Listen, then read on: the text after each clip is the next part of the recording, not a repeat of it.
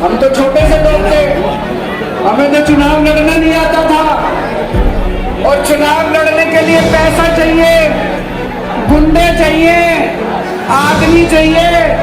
हमारे पास तो ना पैसा था, ना आदमी थे, ना गुंडे थे। हम चुनाव कैसे लड़ते?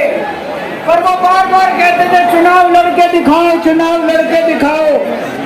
हम भी चुनाव लड़ लिए और देखो जनता ने हमको जिता दिया। पहली बार में दिल्ली में आम आदमी पार्टी की सरकार बन गई।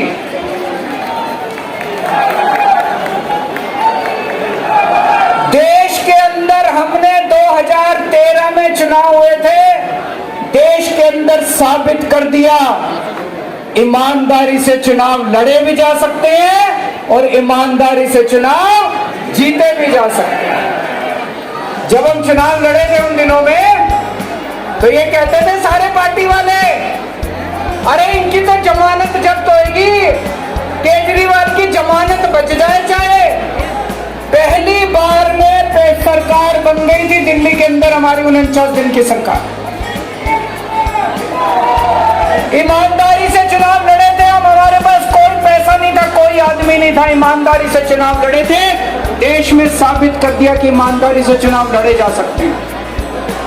पिछले 10 साल से दिल्ली के अंदर हम लोग सरकार चला रहे थे, ईमानदारी से सरकार चला रहे थे, ईमानदारी से पैसे सरकार के बचा रहे थे और ऐसी ऐसी सुविधाएं दी हमने जनता को जो कोई कल्पना भी नहीं कर सकता।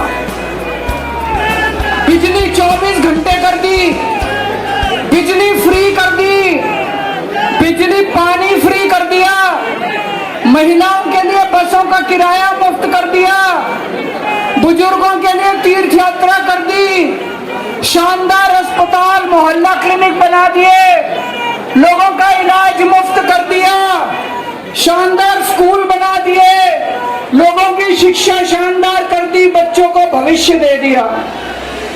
10 साल ईमानदारी से काम किया। मोदी जी को लगने लगा कि अगर इनसे जीतना है तो इनकी ईमानदारी पे चोट करो, इनको बेईमान साबित करो। तो प्रधानमंत्री जी ने एक षड्यंत्र रचा। उन्होंने षड्यंत्र रचा, केजरीवाल को बेईमान साबित करो, मनीष सिसोदिया को बेईमान साबित करो, आम आदमी पार्टी को बेईमान साबित करो।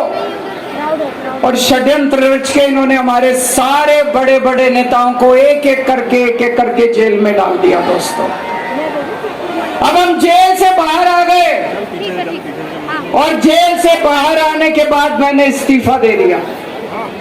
आपके मन में ये चल रहा होगा कि केजरीवाल ने इस्तीफा क्यों दिया।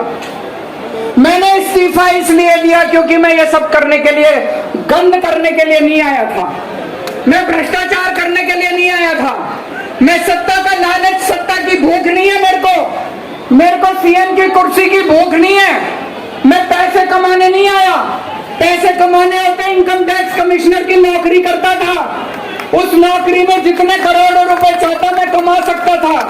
पैसे नहीं कमाने, देश के लिए आए थे, भारत माता के लिए आए थे, देश की राजनीति बदलने के लिए आए थे। दोस्तों,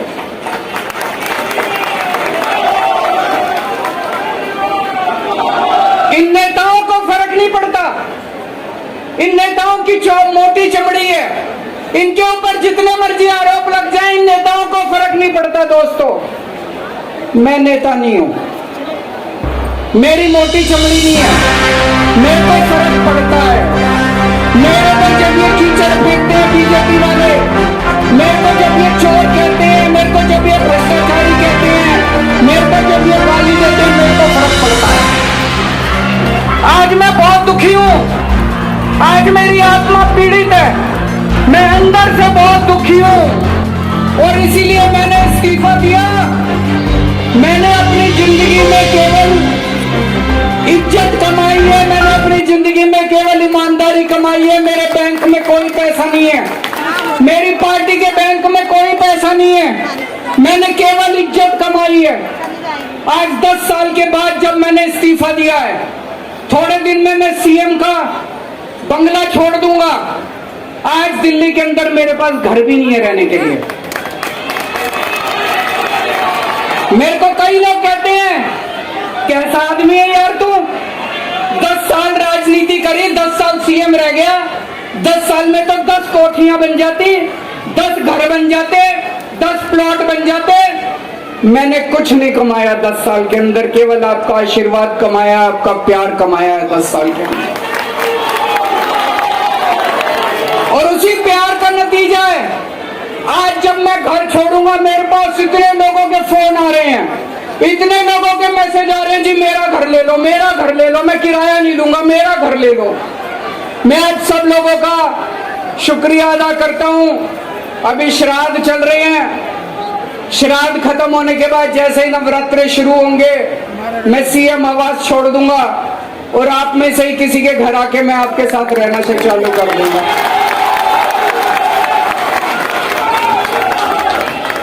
इन्होंने, मोदी जी ने हमारे ऊपर सबसे कठोर कानून लगाया इस देश का, ईडी का कानून, पीएमएलए। उसमें बेल भी नहीं मिलती, उसमें बेल भी नहीं मिलती, लेकिन केस फर्जी था। मैं शुक्रिया अदा करता हूं सुप्रीम कोर्ट का, उन्होंने हम सबको बेल दे दी, क्योंकि उनको भी पता था कि केस खत्म है, केस बेकार है। उन्होंने हम सबको बेल दे दी। लेकिन जैसे मैंने कहा, मैंने केवल ईमान, जब मैं जेल से आया मैंने मन में सोचा था जब तक कोर्ट मेरे को बाइज्जत बरी नहीं कर देता मैं दोबारा कुर्सी पे नहीं बैठूंगा। लेकिन मेरे को वकीलों ने कहा ये केस अभी 8 साल चल सकता है, 10 साल चलेगा, 15 साल चलेगा, ये केस का कोई भरोसा नहीं है, ये केस अभी बहुत लंबा चलेगा। तो मैंने तय किया मैं अपनी जनता की अदालत में जाऊंगा, जनता से पूछूंगा कि जनता मेरे को बताए कि मैं बेईमान हूं कि मैं ईमानदार हूं। मैं दाग के साथ नहीं जी सकता, दाग के साथ काम करना तो दूर की बात है, मैं इस दाग के साथ में जी भी नहीं सकता, मैं जिंदा भी नहीं रह सकता। मैं आपसे पूछना चाहता हूं, अगर मैं बेईमान होता क्या मैं दिल्ली में बिजली फ्री कर सकता था? दिल्ली में बिजली फ्री करने के 3000 करोड़ रुपए लगते हैं। अगर मैं बेईमान होता ये 3000 करोड़ रुपए खा जाता, बिजली फ्री करने की क्या जरूरत थी? अगर मैं बेईमान होता क्या मैं महिलाओं का किराया फ्री करता? क्या जरूरत थी फ्री करने की? पैसे खा जाता सारे। अगर मैं बेईमान होता क्या आपके बच्चों के लिए स्कूल बनवाता? सारे पैसे खा जाता। अगर मैं बेईमान होता आपका इलाज मुफ्त करता, पैसे खा जाता सारे। इन लोगों की 22 राज्यों में सरकार है, 22 राज्यों में कहीं बिजली फ्री नहीं है। तो चोर कौन है? इनकी 22 राज्यों में सरकार है, कहीं महिलाओं का किराया फ्री नहीं है, तो चोर कौन है? आज आपके बीच में आया हूं, आपसे पूछने के लिए आया हूं, केजरीवाल चोर है या केजरीवाल को जेल भेजने वाले चोर हैं? जिन जिन लोगों को लगता है केजरीवाल ईमानदार है, हाथ खड़े करके बता दो जरा से। ये कैमरे वाले जरा से दिखा दो कि दिल्ली की जनता क्या सोचती है।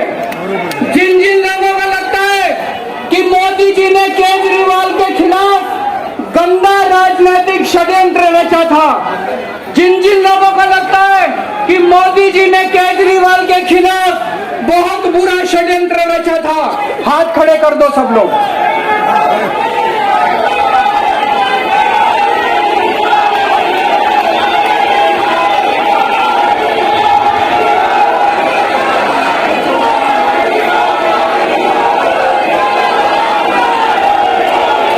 एक बात और करना चाहता हूं आज आपसे, करना भी